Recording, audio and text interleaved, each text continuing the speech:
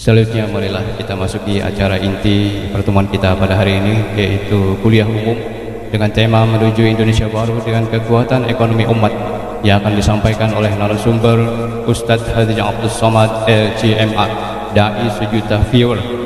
Kepada Ustadz kami persilahkan dengan segala hormat. Dilanjutkan langsung dengan sesi tanya jawab.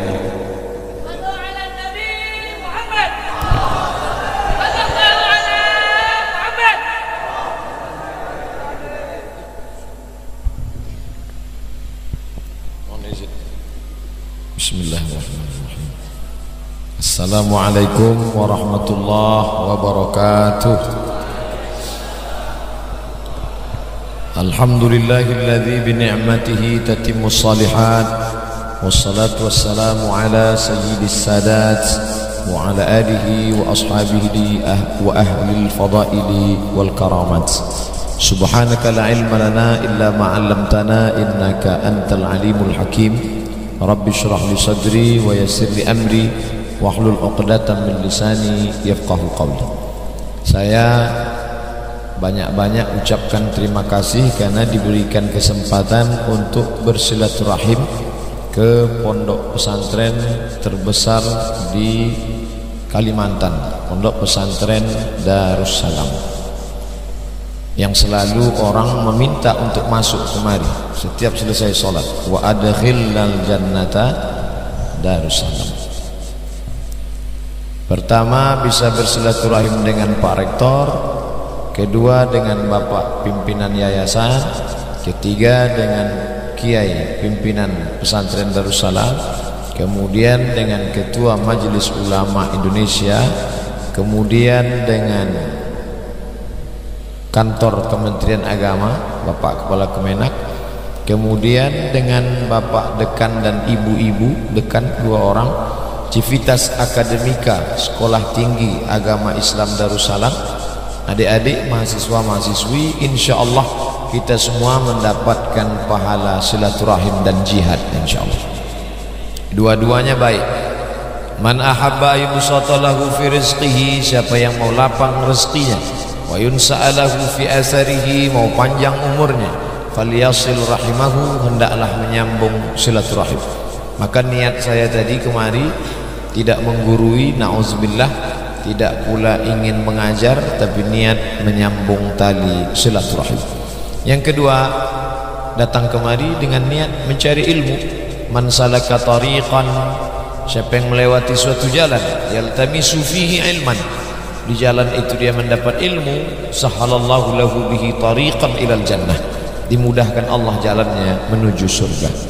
Di sini saya tidak membaca buku, saya tidak membaca kitab, tapi belajar bagaimana adab sopan santun dari para kiai, guru besar, profesor kita, bagaimana cara menyampaikan kata sambutan yang sistematis, bagaimana memposisikan orang pada tempatnya. Maka ini pelajaran-pelajaran baik. Man kharaja fi talabil ilmi, siapa yang keluar rumah dengan niat menuntut ilmu, fahuwa fi sabilillah, maka dia sama seperti orang berjihad fi sabilillah hatta yarji'ah, sampai dia pulang ke rumah. Mudah-mudahan kita mendapatkan pahala jihad itu insyaallah. Menuju Indonesia baru dengan kekuatan ekonomi umat, berarti selama ini tidak ekonomi umat, tapi ekonomi segelintir orang. Saya boleh izinkan memberikan ilustrasi. Ada 1000 orang tinggal di satu kapal besar. Kapal itu terserah mau diberi nama apa, bisa kapal Van der Wijk atau Titanic. 1000 orang satu kapal besar. Tapi yang satu tempat lagi tidak begitu. 1000 orang masing-masing punya satu perahu kecil. Kira-kira mana yang lebih baik? Ada satu orang satu perahu kecil, 1000 orang 1000 perahu, atau 1000 orang dengan satu kapal besar? Yang saya tanya adik-adik mahasiswa. Saya ulang sekali lagi. 1000 orang tinggal di satu kapal yang besar. 1000 orang masing-masing punya perahu kecil-kecil. Kira-kira mana yang lebih baik? 1000 orang tinggal di satu kapal besar, atau 1000 orang masing-masing punya sampan kecil-kecil? 1000 orang punya satu kapal besar. Begitu kapalnya nabrak bukit es, kapalnya pecah, semuanya mati tenggelam. Itulah yang disebut dengan ekonomi kapitalis.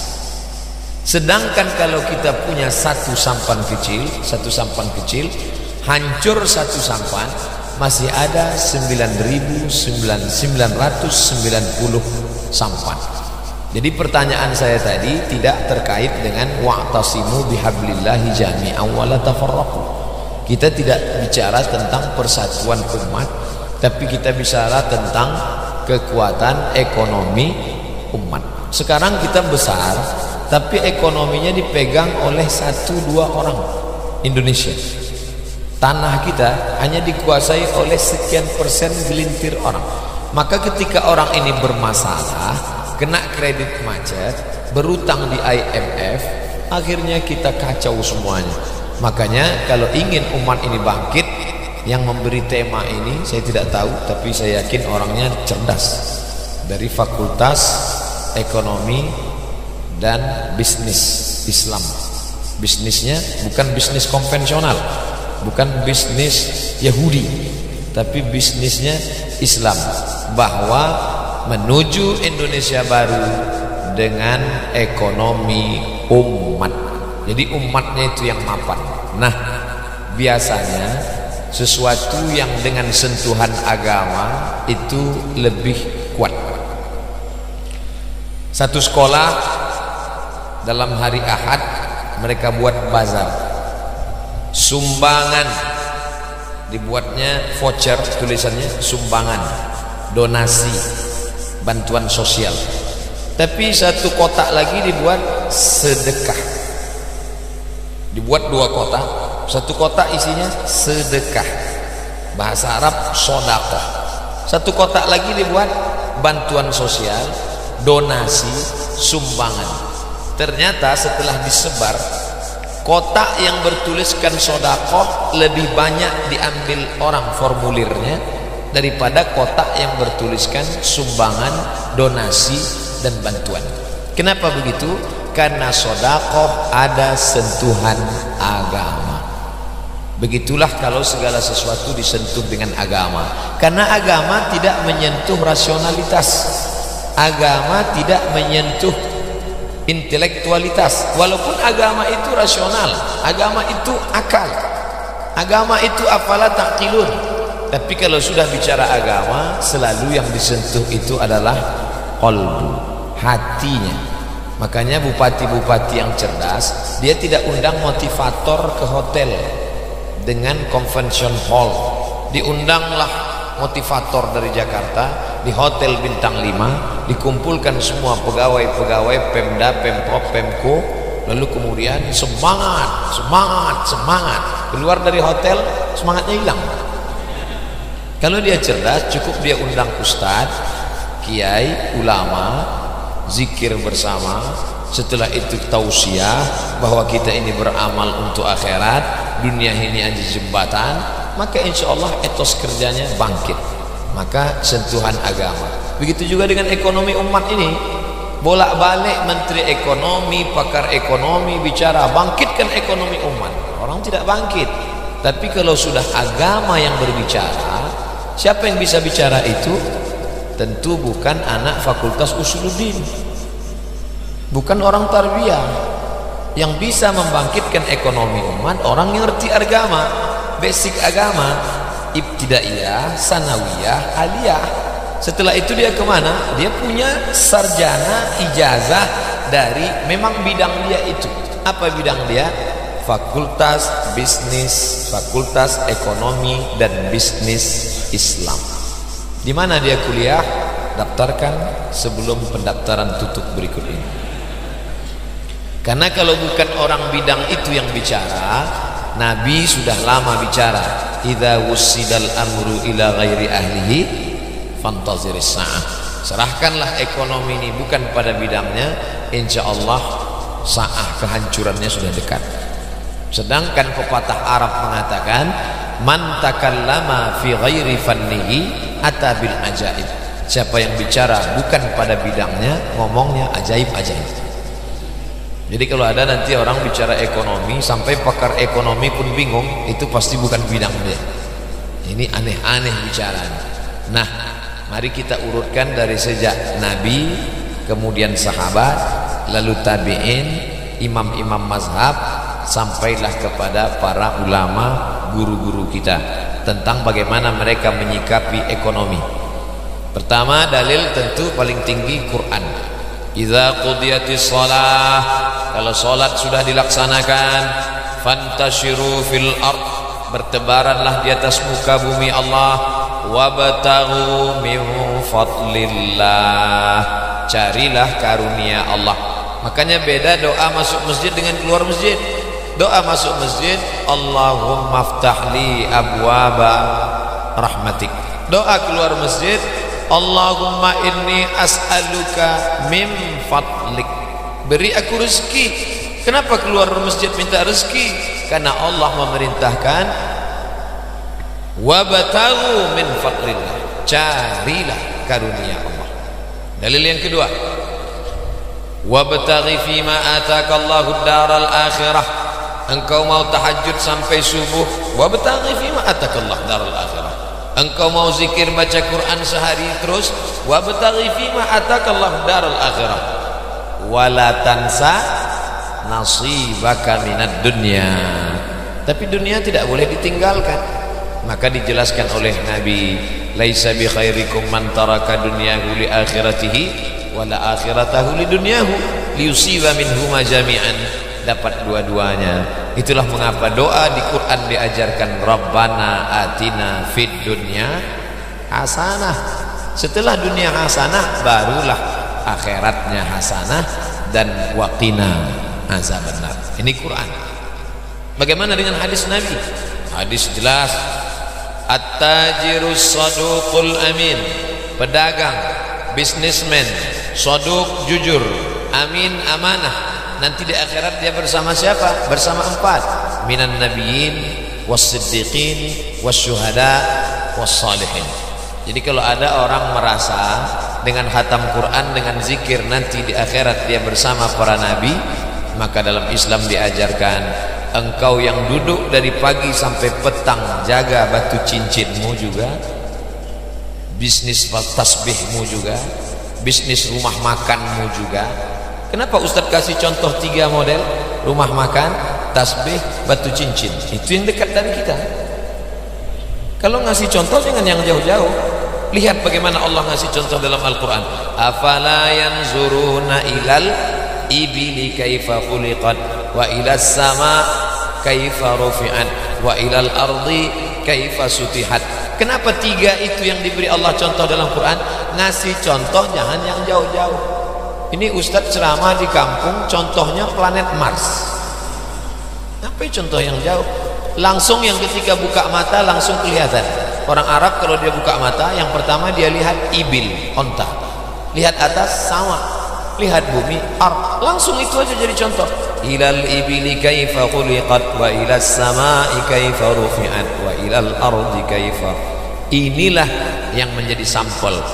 Ada pedagang dari pagi sampai sore menjaga barang dagangannya, dia tajir pedagang, soduk jujur, amin amanah, mati dia, maka dia akan bersama dengan nabiyin wasiddiqin wasyuhada wassalihin. Dalam kurung syarat dan ketentuan berlaku. Jangan dipahami apa yang saya sampaikan di umum, nanti pas azan zuhur pedagang tidak ada yang ke masjid. Hayya 'alas shalah, kamu enggak ke masjid. At-tajirus saduqul amin ma'an nabiyyin was-siddiqin wasyuhada was-salihin. Nah, ini namanya ngaji sendiri, baca sendiri, nyasar sendiri. Artinya pedagang itu tetap sholat berjamaah, tetap baca Quran, tetap melaksanakan amar ma'ruf nahi mungkar. Karena ada sebagian orang sekarang kalau dia sudah ngaji lalu dia meninggalkan tokonya. Sebelum ngaji dengan kiai dia rajin ngurus toko. Setelah pengajian, Pak gimana tokonya? Udah saya tinggalkan Pak Ustaz, saya mau mati aja sekarang. Loh, kalau kita ninggalkan bisnis ini, nanti yang menggelutinya siapa? Orang lain. Lalu kita lemah. Kalau kita sudah lemah dalam bidang ekonomi, apa kata Sayyidina Ali?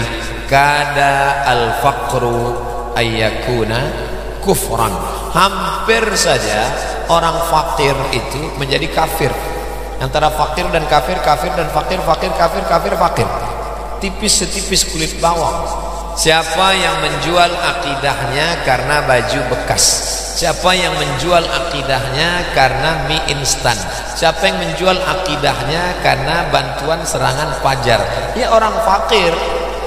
Kalau orang Martapura disebar uang 100.000, suaranya dibeli, money politik, nggak akan mau. Karena mereka mapan secara ekonomi. Betul? Di sini ada intan, putih maupun hitam.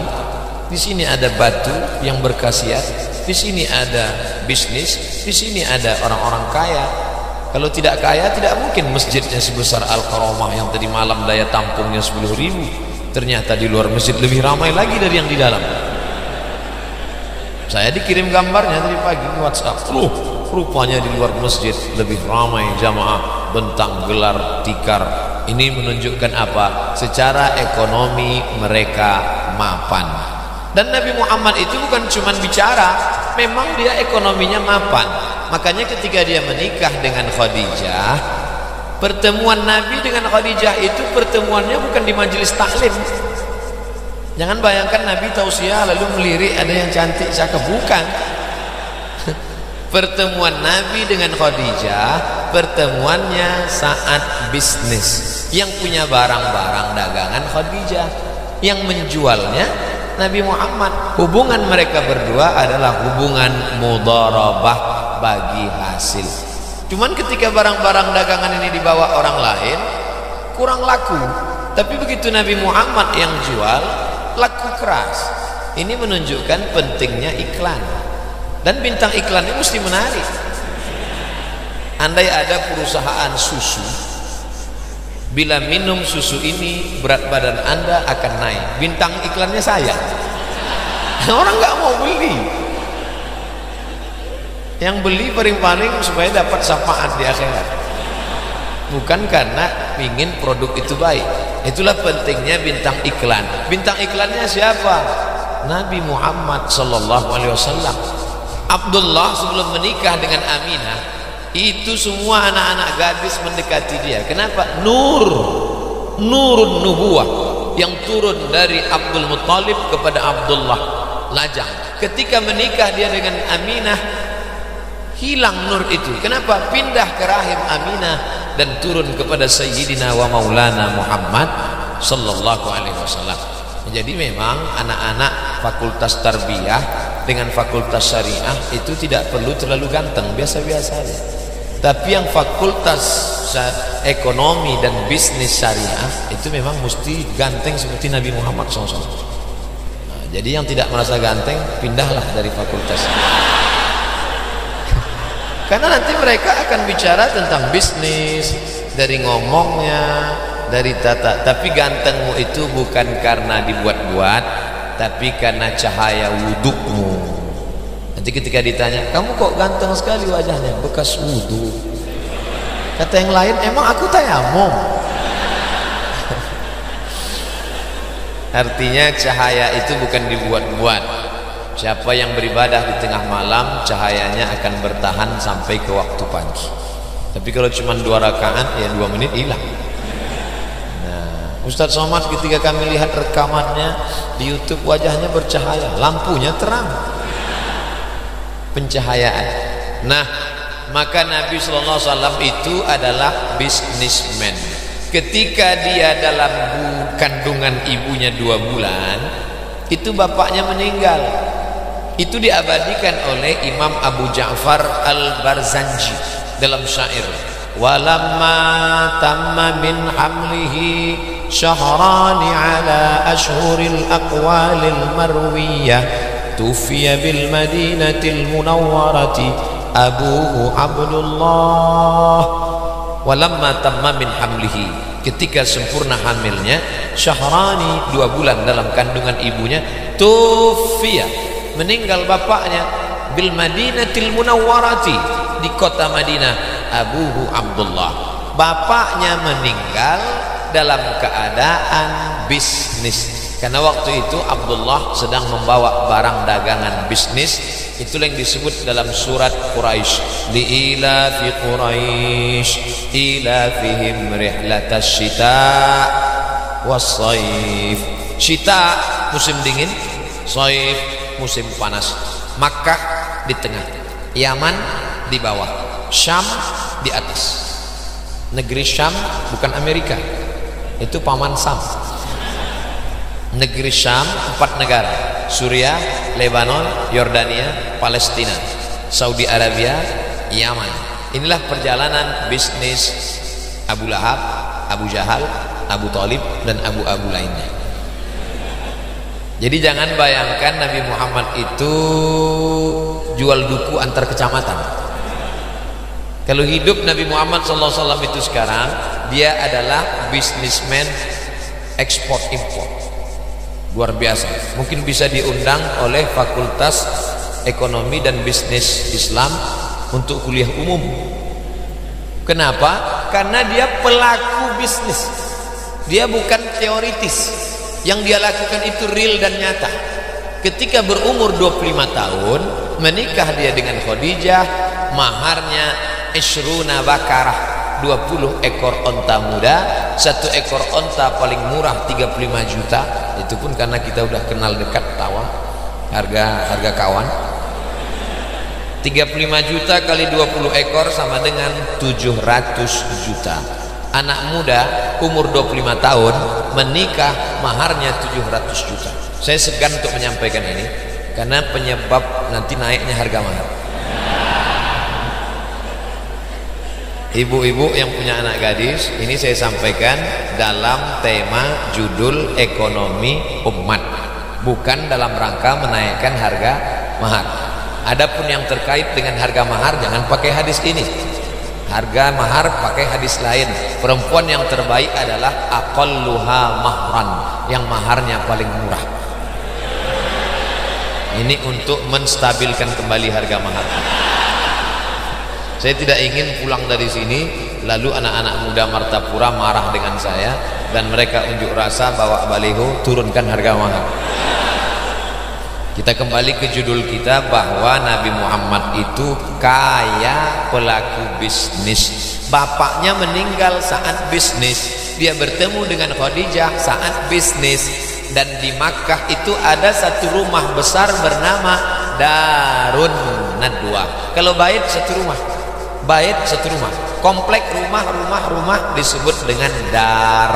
Tapi kamus bahasa Indonesia menerjemahkan bait rumah, dar rumah, manzil rumah, house rumah, dar rumah menjadi komplek besar, itu disebut dengan Darun Nadwa. Yang membangun Darun Nadwa adalah Qusay, Muhammad, anak Abdullah, anak Abdul Muthalib, anak Hashim, anak Abdi Manaf, anak Qusay. Qusay artinya apa?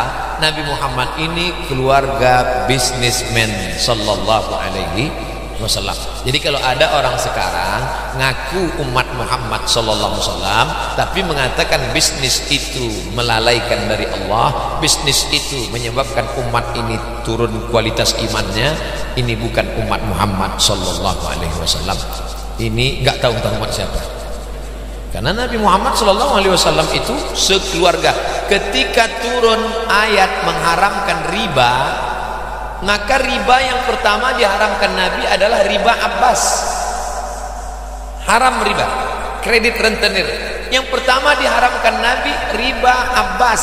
Kenapa riba Abbas? Karena Abbas adalah pemodal besar. Maka yang diharamkan pertama kali orang yang terdekat. karena pesan Allah, wa anzir ashiratakal aqrabin, berikan peringatan kepada keluarga dekatmu. Dan di buku-buku kita waktu SD dulu dituliskan, Islam datang ke Nusantara dibawa oleh para pedagang. Ini 50% benar, 50% menyesatkan. Kalau Islam dibawa oleh pedagang, bisnismen, berarti dia tidak ngerti agama. Maka kenyataan yang benar adalah Islam dibawa oleh para ulama yang berdagang. Dia ulama tapi dia pedagang. Siapa ini yang bisa begini? Anak dari fakultas ekonomi Pak Ustadz? Enggak. Yang dari fakultas ekonomi itu cuman pedagang, bisnismen, tapi nggak ngerti agama. Anak tarbiyah ngerti agama, nggak bisa bisnis. Yang bisa dua-duanya siapa? Fakultas ekonomi dan bisnis syariah dan bisnis Islam. Ini nampaknya habis ini banyak yang transfer ke fakultas ini. Saudara yang dimuliakan Allah Subhanahu wa taala, Quran mengatakan ekonomi umat mesti bangkit, hadis Nabi juga mengatakan demikian, praktek kehidupan Nabi juga begitu. Bagaimana dengan ulama-ulama kita? Seorang pendiri tarekat bernama Imam Abul Hasan Asy-Syadzili, sehari-harinya berdagang kaca dan dia punya toko. Tarekat Syadziliyah, Imam Abul Hasan Asy-Syadzili punya toko. Apa kata beliau? Orang yang tidak punya usaha, dia akan makan menjual agama. Kata-katanya kasar, kata-katanya tajam. Orang yang tidak punya usaha, dia akan makan dari agama, dia akan menjual fatwanya, dia akan menjual ilmunya. Loh, Ustadz Somad sendiri memangnya punya usaha? Saya tidak bisnismen, tapi sebatang dua batang sawit ada. Orang yang tidak punya tumpuan hidup, dia akan bertumpu pada kata-katanya, dia akan bertumpu kepada agamanya. Maka itu dilarang dalam Islam. Makanya kata Nabi, apa usaha yang paling baik? Kasbur rajul min yadih, usaha dari tangannya. Makanya Nabi Daud alaihissalam, puasa yang paling bagus puasa Daud, usaha yang paling bagus usaha Daud. Apa puasa Daud? Yasumu yauman wa yuftiru yauman, yasumu yauman wa yuftiru yauman. Puasa sehari, makan sehari. Apa usaha Daud? Wa alanna lahul hadid, kami lunakkan besi. Besi dilunakkan di tangan Daud, lalu Daud membuat baju besi. Baju besi itu dia jual, maka itulah hasil makannya. Baju besi saat perang. Sekarang masih ada baju besi bos? Ada. Apa namanya? Rompi anti peluru. Kalau ditembak kena leher nggak apa-apa, memang nggak mati tapi setengah mati. Tapi kalau pakai baju besi ini jantung, karena jantung ini sumber kehidupan. Makanya dikatakan Nabi, ala fil jasadi mudghah, ketahuilah dalam jasad itu ada segumpal, yang segumpal itu jantung. Idza salahat salahal jasadu kulluh wa idza fasadat fasadal jasadu kulluh. Kalau jantungnya baik, yang lain baik. Kalau sudah jantungnya rusak, daya semprot darah ke otak tidak sempurna, stroke ringan, stres, depresi, mati. Makanya kita dengar, Syanu kenapa meninggal? Serangan jantung. Pernah nggak? Pernah dengar orang ngomong, Syanu meninggal kenapa? Kena panu. Pernah. Jantung. Nah, jantungnya umat ini adalah ekonomi. Ekonominya, kalau sudah bermasalah ekonominya, na'udzubillah, fatwanya tidak lagi sesuai karena bisa dibeli, kata-katanya tidak lagi betul. Kata pepatah, kalau mulut berisi air susah untuk bicara. Mulut kita kalau sudah termakan uang orang, sudah termakan money politik, itu suara tidak lagi keras. Makanya umat harus mapan, ulama harus independen. Kalau tidak, dia akan sulit untuk terlepas dari jebakan-jebakan Batman ekonomi yang luar biasa ini. Nah, ulama tasawuf, kenapa Ustadz yang ambil sampel contoh Imam Abul Hasan Asy-Syadzili, pendiri tarekat Syadziliyah? Pertama, dia yang tertua. Yang kedua, bahwa orang selalu mendiskreditkan tasawuf. Kalau sudah tasawuf berarti meninggalkan dunia. Kalau sudah tasawuf berarti tidak lagi peduli pada bisnis. Induk tasawuf wali Allah Abul Hasan Asy-Syadzili tetap peduli. Ustadz cerita ya dari tadi orang zaman dulu aja. Nabi Muhammad dulu, sahabat Nabi dulu, Abul Hasan Sazili dulu. Kalau yang real yang zaman sekarang Pak Ustadz, tidak ada lain contoh terdekat adalah ulama besar. Adik-adik yang dari Fakultas Ekonomi dan Bisnis Islam, tolong nanti yang menulis skripsi salah satunya, usulan judul dari saya, Aspek Bisnis Syekh Abdurrahman Siddiq, Aspek Ekonomi Syekh Abdurrahman Siddiq. Meninggal tahun 1930, lahir 1857. Jabatan terakhir Mufti Kerajaan Indragiri. Lahir di Martapura, meninggal di Indragiri. Saya saja mau sampai kemari naik pesawat 2 kali transit.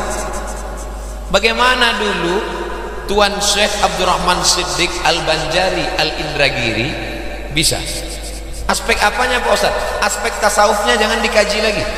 Sudah dikaji oleh Profesor Dr. Rafi Abduh, guru besar tasawuf di UIN Suska, orang Banjar dari Tembilahan, Indragiri Hilir. Aspek tasawufnya, aspek pendidikan Islamnya nggak usah dikaji lagi. Tahsilul hasil, mubazir, sudah dikaji oleh Profesor Dr. Nazir, mantan rektor UIN Suska. Itu doktor S3 mengkaji aspek pendidikan yang dikembangkan oleh Syekh Abdurrahman Siddiq. Sedangkan aspek ekonominya saya belum baca, belum ada. Sekarang produksi kelapa terbesar di Indonesia, di dunia, itu dari Kabupaten Indragiri. Riau 12 kabupaten, salah satu kabupatennya bernama Indragiri Hilir, produksi kelapa terbesar. Makanya museum kelapa itu ada di Indragiri. Segala kelapa, ada kelapa besar buahnya kecil, kelapa kecil buahnya besar, ada di situ. Kalau mau melihat kelapa di sana, siapa yang pertama kali membawa bibit-bibit kelapa ini? Syekh Abdurrahman Siddiq. Dan dia selama menjadi mufti 3 kali ingin menjadi mufti. Pertama ditawarkan oleh Betawi, dia tidak mau, dia menolak. Yang kedua ditawarkan oleh Johor, dia juga menolak. Terakhir datang Sultan Mahmud Shah, Sultan Indragiri, Melayu Riau, meminta dia menjadi mufti dan dia mau. Mungkin pertimbangannya karena masyarakat di Indragiri banyak komunitas masyarakat beliau, baru beliau mau, dengan syarat beliau tidak mengambil gaji selama 20 tahun. Dan beliau berhenti menjadi mufti bukan karena meninggal, tapi karena mengundurkan diri. Setiap hari tamunya penuh, dia punya majelis, dia punya rumah, semua tamu yang datang dia beri makan. Apa pelajaran dari sini? Secara ekonomi Syekh Abdurrahman Siddiq orang yang mapan ekonomi dan kaya raya. Tidak mungkin menolak jabatan mufti 2 kali kalau tidak kaya. Orang sekarang kan memang bawa proposal mau jadi menawarkan diri, ikut fit and proper test. Nah, aspek ekonomi beliau ini luar biasa. Beliau sezaman dengan kita, masih 1 abad, meninggalnya 1930. Orang yang sezaman dengan kita, mutakhir zaman sekarang. Kenapa yang Ustadz ambil contoh Syekh Abdurrahman Siddiq? Karena kedua-duanya mengena dengan kita. Saya ambil beliau sebagai sampel contoh karena saya orang Riau, dia juga di Riau. Saya ambil beliau sebagai contoh, beliau orang Martapura, saya sedang ceramah di Martapura. Titik temu kita ada pada pribadi Syekh Abdurrahman Siddiq Al-Banjari Al-Indragiri. Al-Banjari aslan, Al-Indragiri watanan. Meninggal di sana disebut dengan Tuan Guru Sapa. Nanti haul beliau 2019 insyaallah saya tausiah. Bapak Ibu yang mau datang silakan datang, ongkos tanggung sendiri. Saudaraku yang dimuliakan Allah Subhanahu wa taala, kalaulah nanti skripsi itu ada, tolong kirim WA ke saya, akan kita cetak jadi buku, kita adakan bedah buku di fakultas-fakultas ekonomi yang syariah maupun konvensional, sehingga nanti ketika orang bertanya mana contoh keberhasilan ulama, modelnya mana? Bukan beternak ikan di atas kertas. Ada ungkapan ternak ikan di atas kertas, yang punya kerja siapa? Fakultas Pertanian dan Peternakan. Kalau bicara tentang ikan bukan main, paham luar biasa. Ikan menurut etimologi, ikan menurut terminologi, ikan menurut psikologi, sejarah ikan, ikan besar, ikan kecil, ikan paus. cara beternak ikan, gali tanahnya ini, mungkin pas ditanya kamu punya kolam? Enggak. Itu namanya ternak ikan di atas kertas. Ini bukan teori tapi real, bukti nyata. Oleh sebab itu umat ini dicerdaskan dari bawah oleh ustadz. Maka saya luar biasa, kebanggaan saya sebagai orang yang pernah ceramah di Darussalam. Di ibtidaiyah dipahamkan dia Quran hadis, di sanawiyah dihebatkan bacaan kitab kuningnya.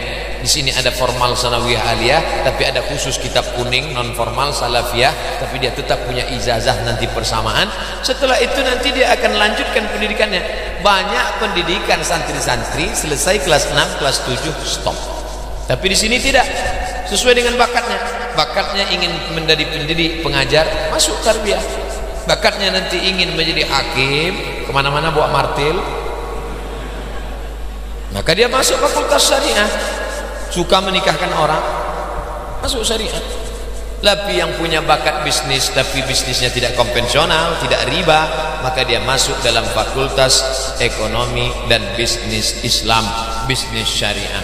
Hanya saja yang punya ingin bakat di fakultas hukum konvensional, yang ingin punya bakat di psikologi, yang ada bakatnya di fakultas kedokteran, di mana?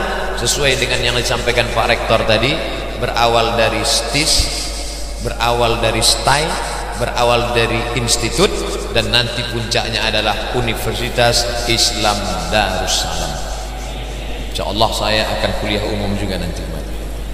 Doakan saya panjang umur, badan sehat insyaallah. Kalau masih diterima.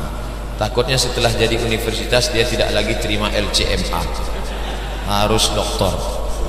Jadi paksa saya ke masjid sama musola aja lagi. Saudaraku yang dimuliakan Allah Subhanahu wa taala. Nah, setelah kita kaji dari mulai Nabi, sahabat, imam tarekat sampai Syekh Abdurrahman Siddiq Al-Banjari Al-Indragiri, lalu bagaimana sekarang? Ini peluang bagi anak-anak kita mengembangkan diri, karena pemerintah membuka peluang untuk bank konvensional membuka satu divisi syariah. Maka semua bank membuka BCA syariah, bahkan IMB, HSBC syariah, bank syariah mandiri. Kalau muamalat dia tidak divisi dari bank konvensional. Itu dari undang-undang negara kita. Untuk mendukung ekonomi syariah, maka bank konvensional boleh membuka divisi syariah dengan syarat hanya 15 tahun. Ada pemahaman yang keliru bahwa ini bank konvensional mau membodoh-bodohi umat Islam. Uang umat Islam diambil tapi dilarikan ke bank konvensional. Bukan begitu ceritanya. Ini kalau ujuk-ujuk tiba-tiba langsung berdiri bank Islam, nggak bisa. Maka cara jalan tengahnya dibantu satu divisi bank konvensional. Lalu bank konvensional membuka divisi syariah. 15 tahun berhasil, berdiri sendiri. 15 tahun gagal, maka divisi syariah wajib tutup. Begitu undang-undangnya. Alhamdulillah berdiri satu bank murni. Itulah dia bank muamalat. Lalu kemudian ada yang awalnya konvensional berubah menjadi syariah. Sudah 4. Pertama, Bank Aceh. Itu awalnya Bank Aceh konvensional, berubah syariah. Yang kedua, Bank NTB, Nusa Tenggara Barat, sudah berubah menjadi syariah. Yang ketiga, Bank Nagari, Sumatera Barat, Padang, itu pun sudah berubah menjadi syariah. Yang keempat, Bank Riau Kepri, Riau dan Kepulauan Riau, 4. Selalu saya sampaikan, Bapak Gubernur, sekarang ada orang muji, Ustadz, gubernur kami rajin sholat tahajud, gubernur kami rajin baca yasin, gubernur kami rajin maulidan, yasinan, tahlilan. Itu bukan amal gubernur, itu amal anak pesantren. Siapapun bisa beramal seperti itu. Kita ini ada amal pokok, sholat, zakat, puasa, haji, umroh, itu amal pokok, siapapun bisa. Tapi ada amal bonus. Amal bonus itu artinya bisa beramal kalau punya jabatan tertentu. Di antara jabatan tertentu adalah pemegang saham. Semua bupati wali kota itu memegang saham Bank BPD, Bank Pembangunan Daerah.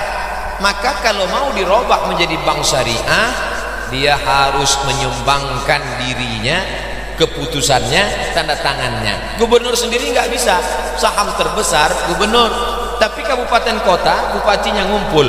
Makanya amal bupati, wali kota, gubernur, 3. Bupati, wali kota, gubernur amalnya adalah yang kekal abadi sampai mati tetap mengalir, merubah bank konvensional menjadi syariah. Kira-kira masuk akalkah teori ini? Masuk akal, karena kita tinggal di negeri demokrasi. Kita tidak lagi ditinggal di kerajaan Banjar, kita tidak lagi tinggal di negeri kerajaan Indragiri Melayu Riau. Kita tinggal sekarang di negara kesatuan Republik Indonesia yang cara mengambil keputusannya lewat demokrasi. Maka amat sangat bisa membangkitkan ekonomi syariah. Kenapa bupati takut, Pak Ustaz, membuat keputusan? Karena tidak ada payung hukum. Payung hukumnya apa? Perda, peraturan daerah. Yang buat peraturan daerah siapa? DPR. Yang milih DPR siapa? Rakyat. Rakyat itu selalunya ngikut ucapan orang. Ucapan siapa? Ucapan kiainya. Kiainya tamat dari mana? Dari Darussalam. Menjinakkan buaya senang, yang susah itu menjinakkan pawang buaya. Dan pawang-pawangnya itu, pawang-pawang itu berkumpul di satu titik. Saya dapat informasi, Ustaz, ini di Kalimantan Utara, Timur, Barat, Tengah, puncak keilmuan di Kalimantan Selatan. Karena di sini puncaknya, ilmunya di sini. Di Kalimantan Selatan ini sendiri ada 2 titik Ahlussunnah wal Jamaah. Pertama Darussalam, yang kedua Amuntai, Benteng. Kalau sudah yang 2 ini pro kepada syariah, maka buaya-buaya nanti dipelintir orang. Ustadz bilang kami, itu tadi contoh sampel.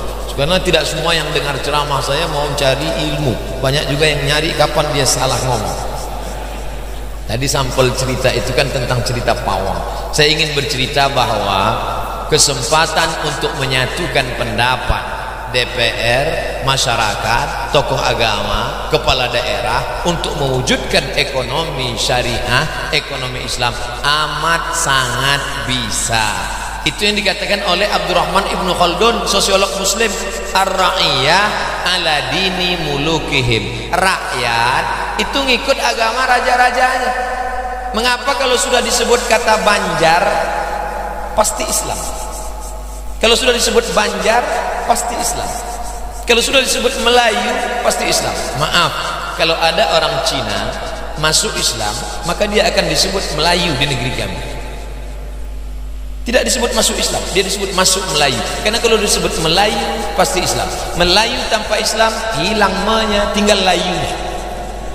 Tunjukkan saya orang Banjar yang tidak Islam.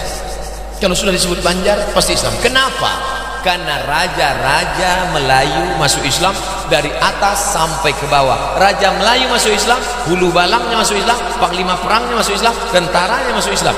Maka paling mudah proses islamisasi dari atas. Begitu Raja Banjar Islam, maka satu paket langsung Islam. Begitulah mudahnya. Dari bawah umat dicerahkan dengan ceramah, khutbah, kultum, simposium, seminar. Dari atas umat dikuatkan dengan ikatan. DPR mengeluarkan perda, bupati mengeluarkan perbub, gubernur mengeluarkan pergub, wali kota mengeluarkan perwako. Dari mana mereka mendapatkan bisikan ini? Dari para ulama yang dekat dengan penguasa. Penguasa tidak boleh dijauhi. Penguasa itu dengan ulama seperti layang-layang. Jangan terlalu diulur, nanti nyangkut. Jangan terlalu ditarik, nanti dia nggak terbang. Makanya Syekh Abdurrahman Siddiq bergandeng tangan dengan Sultan Mahmud Shah. Kakek beliau dulu pun Syekh Muhammad Arsyad Al-Banjari bergandeng tangan dengan Sultan Banjar, tapi tidak menjual fatwa, tapi menolong agama Allah dengan kekuasaan. Intan surullah yansurkum. Kalau kau tolong agama Allah.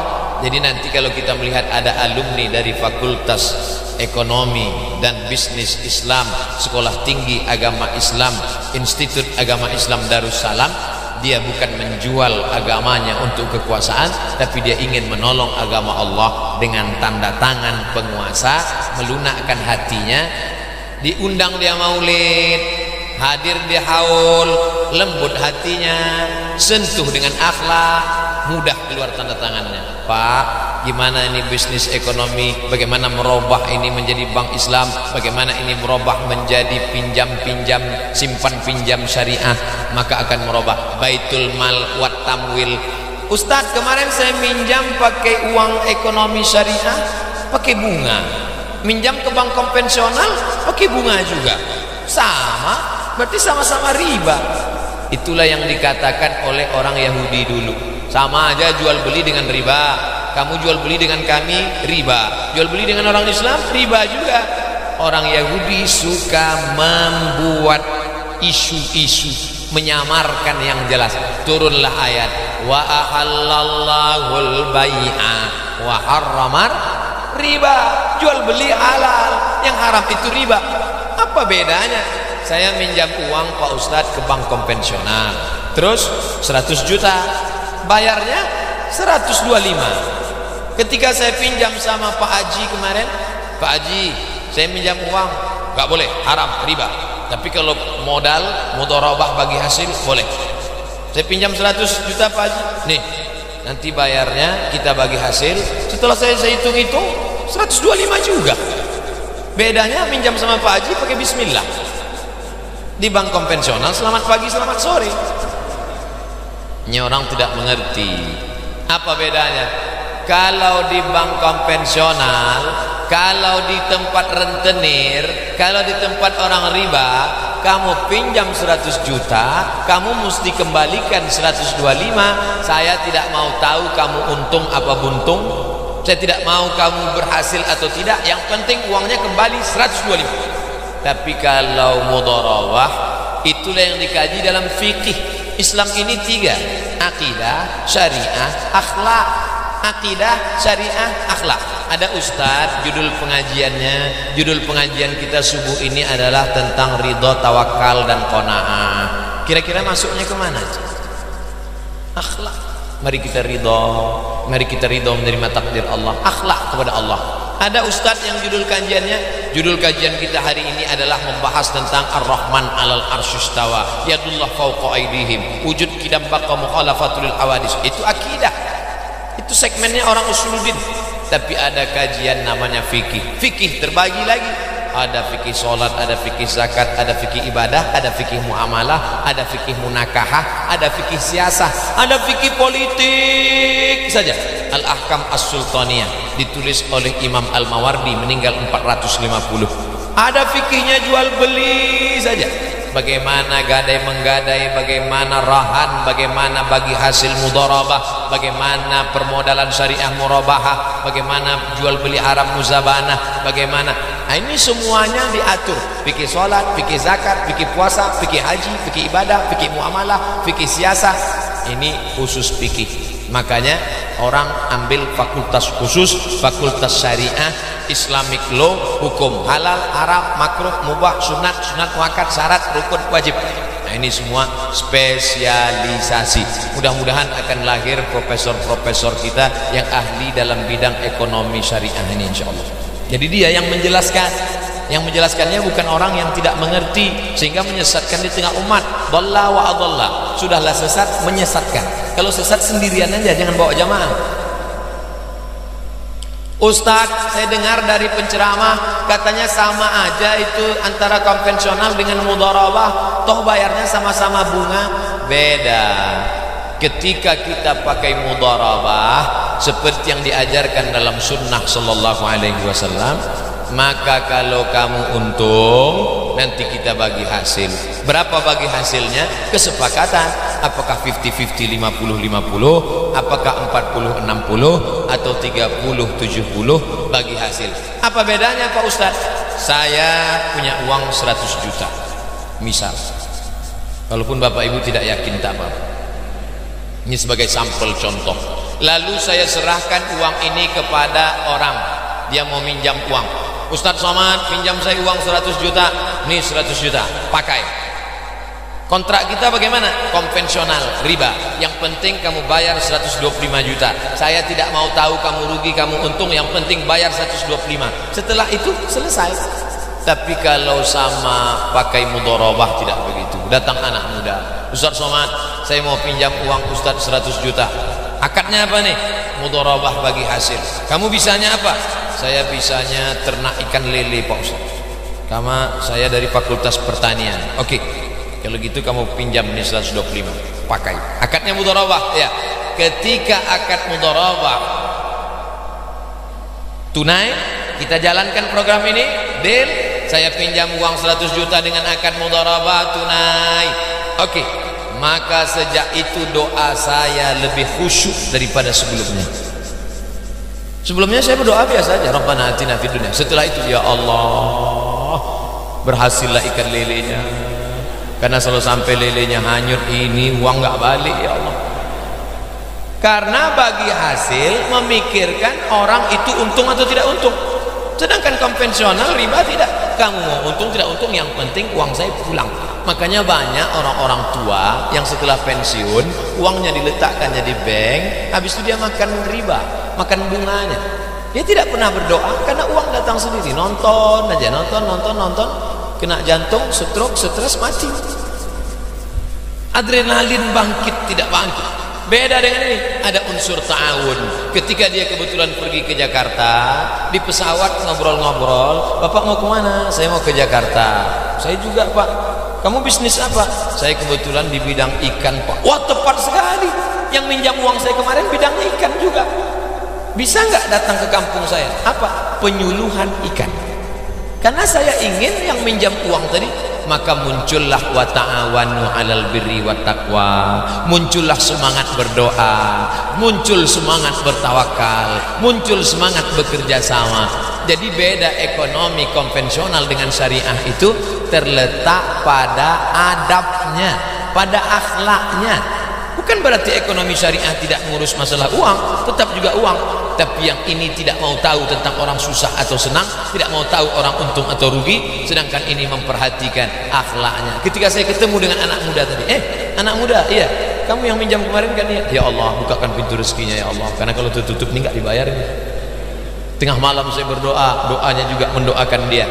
Itulah maka ekonomi umat ini akan bangkit. Kenapa? Karena dipakai sistem Islam mudharabah. Lalu bank-bank sekarang Pak Ustadz yang menamakan bank Islam bank syariah, saya selalu mengatakan menuju syariah. Dia belum sampai ke syariah. Tapi kalau kita bunuh dia akan mati.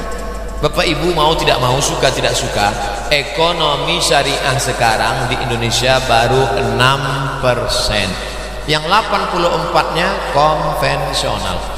Saya ceramah di Tazkiyah, ketemu dengan yang dianggap pakar ekonomi syariah di Indonesia, Sekolah Tinggi Ekonomi Islam Tazkiyah, khusus, tidak ada fakultas lain, ekonomi saja, ekonomi Islam. Ustaz, doktor dari Australia, Syafi'i Antonio. Saya ceramah di Kuala Lumpur di Bank Rakyat. Bank Rakyat. Dalam hati saya, sampai hati orang ini ngundang saya ke bank konvensional. Biasanya kalau kertas sudah datang berarti sudah 1 jam. Betul. Dimulai 5:30, sekarang 6:30. Ternyata ngomong di depan kampus ini semangatnya luar biasa. Ngomong depan anak muda jadi muda gitu.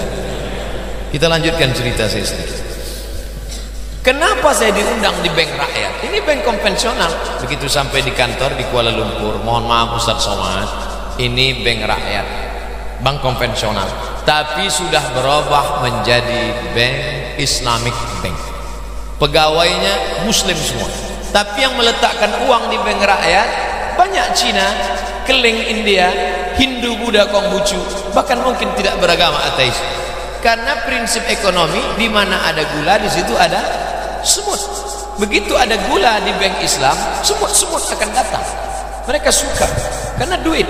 Ternyata bank syariah lebih lembut, bank Islam lebih mendidik, lebih berakhlak, lebih banyak keuntungan, lebih mendidik kejujuran. Mereka akan datang. Jangan sampai al-Islam mahjubun bil muslimin, Islam terdinding, terhijab. Jadi saya tanya, Pak pakar ekonomi Islam, ya, kenapa tidak seperti Malaysia yang bank konvensional berubah menjadi bank syariah malah maju? Kita yang dari awalnya memang bank Islam muamalat, tapi kenapa seperti jalan di tempat? Mohon maaf, ada dua Pak Ustaz.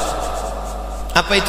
Yang pertama, kurang support political will. Kekuasaan kita tidak mendukung ekonomi syariah. Yang kedua, iklan Ustaz. Iklan ini besar. TV kita tidak mendukung. Yang didukung TV kita apa? Infotainment. Karena ratingnya tinggi. TV tidak mau memberitakan ini karena tidak ada untungnya. Kenapa tidak ada untung? Karena masyarakat tidak mau nonton. Masyarakat tidak menonton, iklan tidak jalan. Iklan tidak mau masuk, rating tidak tinggi. Kalau mau infotainment mati, jangan tonton infotainment. Maka iklan akan tarik, duit tidak ada, TV akan mati. Oleh sebab itu maka ini simbiosis mutualisme. Dua ini bisa kita atasi. Politik, kalau masyarakatnya sudah terdidik, yang sholat sudah nyoblos, yang ngaji sudah nyoblos, maka dia akan pilih caleg-caleg, pemimpin-pemimpin, bupati, gubernur, wali kota, presiden, wakil presiden yang pro pada ekonomi umat. Siapa? Bintang iklannya siapa? Di Darussalam semua. Bintang yang tadi mengatakan mempropagandakan ekonomi Islam, iklan dibuat TV terlalu mahal, padahal ada iklan yang lebih murah. Apa dia? Penceramah di setiap masjid menceritakan bangkitkan ekonomi umat. Makanya kalau ada ceramah Ramadan 30 malam, satu malam itu buat Ramadan dan ekonomi umat. Mari belanja ke warung muslim. Kita belanja ke tempat saudara kita bukan ingin cari buat dia kaya, ingin ngasih dia makan. Ini kadang umat Islam kalau menawar sama orang Islam membunuh. Ibu-ibu tua nangkap ikan, ikannya kering, dibelah, dikasih garam, sudah jam 12 dia mau pulang sholat zuhur. Datang orang nawar, ikannya berapa bu? Satu tumpuk 20.000, 2.000 aja ya. Ini orang bukan mau cari kaya, dia mau cari makan. Kenapa kamu bunuh? Bantu saudaramu. Bukankah Islam mengajarkan man yassara an mu'sirin yassarallahu anhu yaumal qiyamah, wallahu fi aunil abdi maka al abdu fi auni akhih. Ini kadang orang kita mengalami cacat mental. Ketika mampu menawar barang dagangan orang miskin, orang susah, mampu menawar 20.000 jadi 2.000, itu prestasi yang luar biasa. Seolah-olah sudah hebat. Tapi ketika dia pergi ke rumah makan yang hebat, mewah, kembalian uang 50.000, bu ini kembalian, ambil aja. Ini orang sakit. Oleh sebab itu maka siapa yang menyehatkan umat ini? Saya yakin, optimis, umat ini akan sehat oleh alumni Darussalam yang berjumlah 13.000 orang.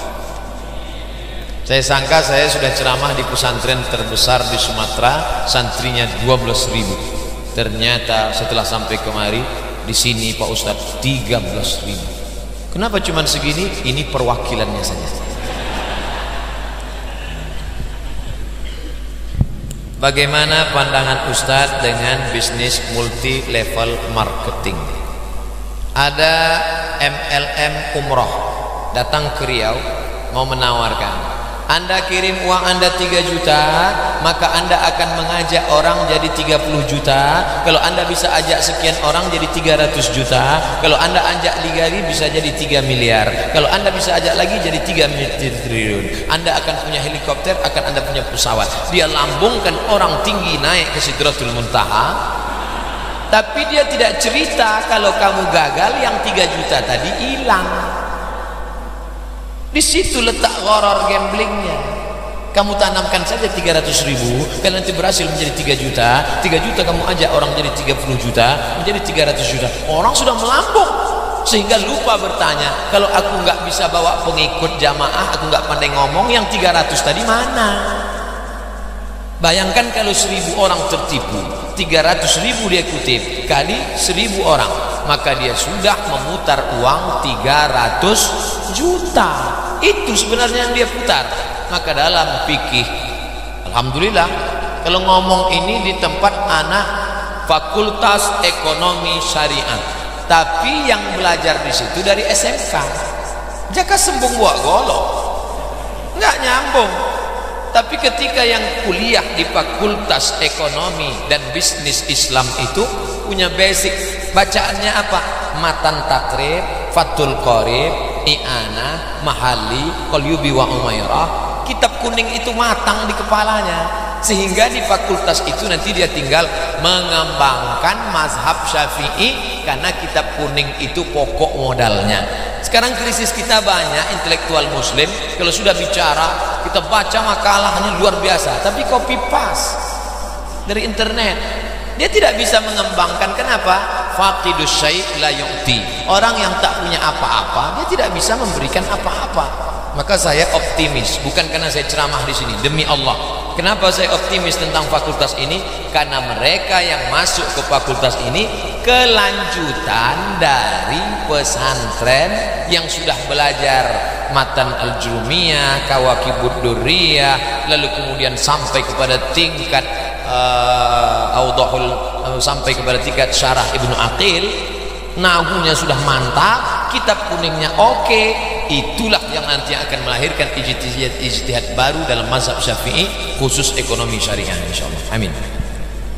Ustaz, kenapa ekonomi Indonesia khususnya ekonomi syariah, benarkah salah satu penyebab faktor politik?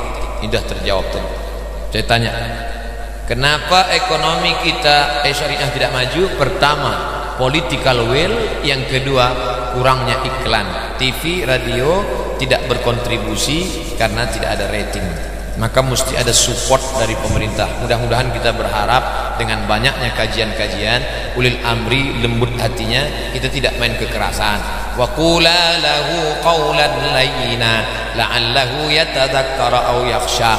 Kita bicara kepada penguasa, tujuannya cuma satu, yatadzakkara, dia mau ingat, yakhsha, dia takut pada Allah. Kalau dia tidak mau, dia tidak apa-apa. Nanti dia satu sel dengan Fir'aun.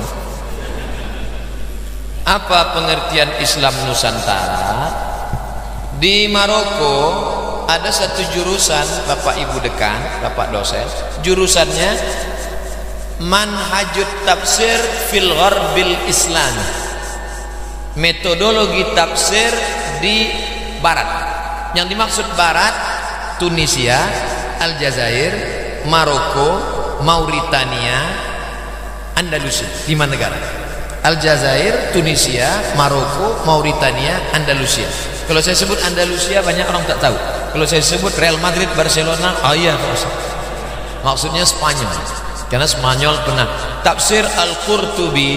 Qurtubi itu siapa? Cordova, Spanyol. Oleh sebab itu maka ini 5 negara. Saya ingin mau mengatakan Islam di Nusantara. Jadi kalau mau buka jurusan Islam di Nusantara, nanti fokus dia kajiannya tidak boleh keluar itu.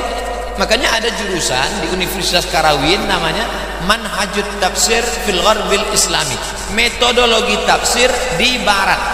Tiba-tiba kawan saya mau nulis tafsir yang ditulis oleh Syekh Muhammad Mutawalli Sya'rawi, ditolak. Boleh saya tulis Mutawalli Sya'rawi? Enggak boleh, karena Sya'rawi Mesir. Sedangkan ini fokus khusus konsentrasinya ke Barat. Lalu dia alih buat tafsir yang ditulis oleh Ibnu Atiyah. Boleh, karena Ibnu Atiyah dari Barat. Begitu juga ini. Kalau mau membangkitkan kajian-kajian Islam di Nusantara, buat aspek fikih, metodologi ijtihad Syekh Abdurrahman Siddiq. Nanti kalau ada yang mau ngaji metodologi ijtihad Syekh Nasr Farid Wasil, nggak bisa, karena Nasr Farid Wasil dari Mesir. Kita khusus Islam di Nusantara. Maka nanti ada khusus. Maka hasil dari kajian ini lahirlah Tabaqatul Banjariyin, ulama-ulama Banjar, Tabaqatul Sumatraniin, ulama-ulama Sumatera. Maka nanti kita akan bangga sebagaimana dulu ulama telah menulis Tabaqatul Iraqiyin, Tabaqatul Andalusiyin, mengkaji Islam dari aspek kedaerahan. Itu yang sebabnya.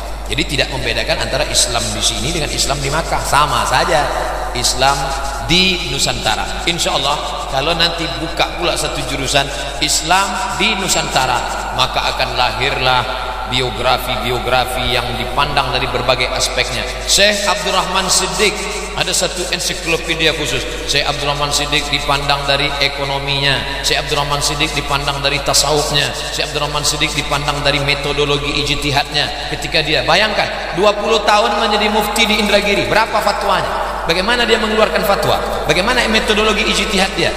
Nampak bagaimana hebatnya usul fikih dia. Siapa yang bisa mengungkap itu kalau bukan jurusan Islam di Nusantara? Ustadz, saya mau nanya, saya pernah dengar dari seorang, katanya Ustadz juga keturunan Syekh Arsyad Al-Banjari. Saya bukan keturunan, saya fans. Saya ngefans dengan ulama Syekh Muhammad Arsyad Al-Banjari. Kenapa Ustadz ngefans dengan ulama ini? Ibu saya punya buku kecil belajar fikih tentang darah haid, tentang rambut, tentang kerukunan Melayu. Pas saya baca-baca, ternyata kami orang Melayu belajar fikih tidak bisa baca kitab kuning karena keterbatasan ilmu alat. Belajarnya dari kerukunan Melayu. Kerukunan Melayu itu ternyata ringkasan dari Sabilal Muhtadin. Sabilal Muhtadin itu ditulis oleh Syekh Muhammad Arsyad Al-Banjari. Sabilal Muhtadin adalah syarah dari kitab Shiratal Mustaqim, kitab matan yang ditulis oleh Syekh Nuruddin Ar-Raniri, mufti kerajaan Samudra Pasai Aceh. Artinya apa? Orang Banjar bahasa Banjar, orang Aceh bahasa Aceh, tapi mereka tidak egois. Ketika menulis kitab, mereka pakai bahasa Melayu. Sehingga dari mulai kerajaan atas Melayu tinggi, paling tinggi, Patani sekarang masih dijajah oleh Thailand. Dari Patani sampai Kelantan, sampai Malaka, turun ke Sumatera, Aceh, di bawah Aceh, Riau, Siak Serindrapura, sampai ke Palembang, sampai ke Kalimantan, sampai ke Banjarmasin, sampai ke Makassar. Semuanya pakai kitab fikih Sabilal Muhtadin, syarah Shiratal Mustaqim. Maka ini ulama besar. Itu yang membuat saya terkagum-kagum, membuat orang menyangka saya ada hubungan nasab. Nasab darah tak ada, tapi saya berharap nasab ilmu ada, dan di surga bertemu kita dengan mereka bersama Nabi Muhammad sallallahu alaihi wasallam. Itulah beberapa pertanyaan yang dapat saya jawab.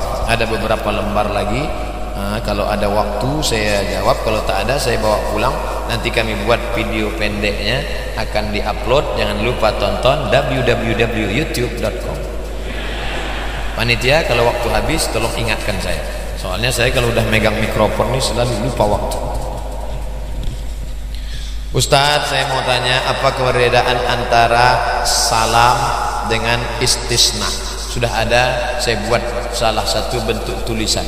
Karena ini mesti pakai whiteboard, mesti pakai untuk menunjukkan salam.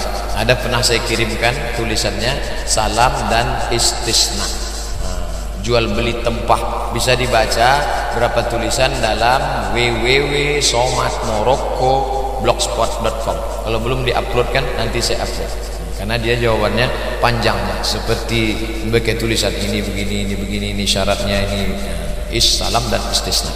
Bagaimana cara mengubah koperasi konvensional menjadi koperasi syariah sementara pemerintah kurang mendukung tentang masalah ini?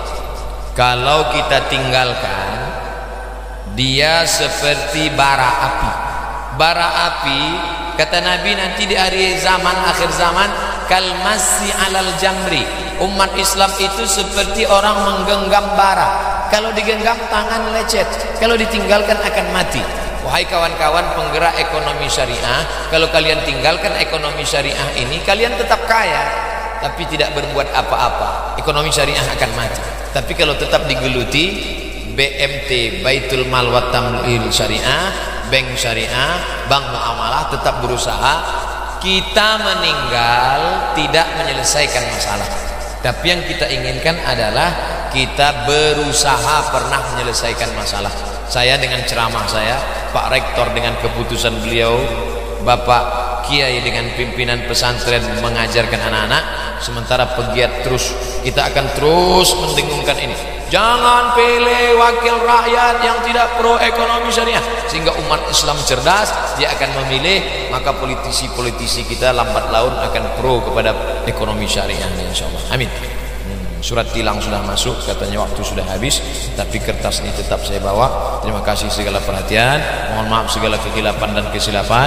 Mudah-mudahan pertemuan kita selama 80 menit ini bernilai amal soleh insyaallah. Wallahul muwaffiq ila aqwamit thariq. Terima kasih, mohon maaf. Wassalamualaikum warahmatullahi wabarakatuh.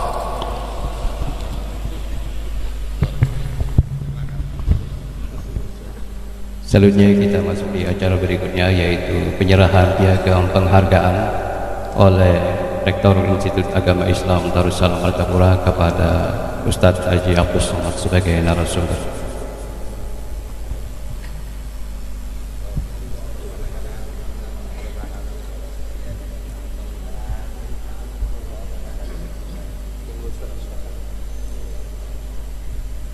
Sekaligus juga diserahkan sekedar cenderamata atau bingkisan.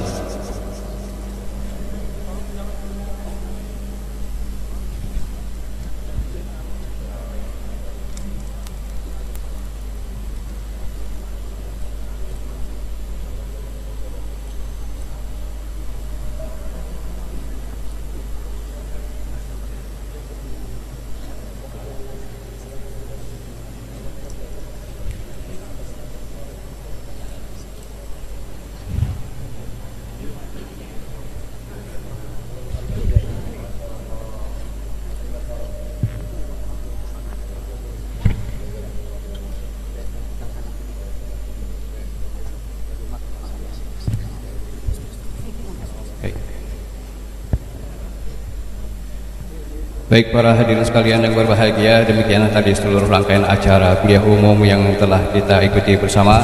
Untuk itu kami mengucapkan terima kasih yang sebesar-besarnya kepada para narasumber dan para undangan yang hadir pada hari ini. Kami atas nama panitia pelaksana mengucapkan ampun maaf apabila ada kesalahan dan kekurangan dalam pelaksanaan acara pada hari ini. Akhir kata kami mengucapkan subhanakallahumma wa bihamdika asyhadu an la ilaha illa anta astaghfiruka wa atubu ilaik. Wallahul muwaffiq ila aqwamit thoriq. Assalamualaikum warahmatullahi wabarakatuh.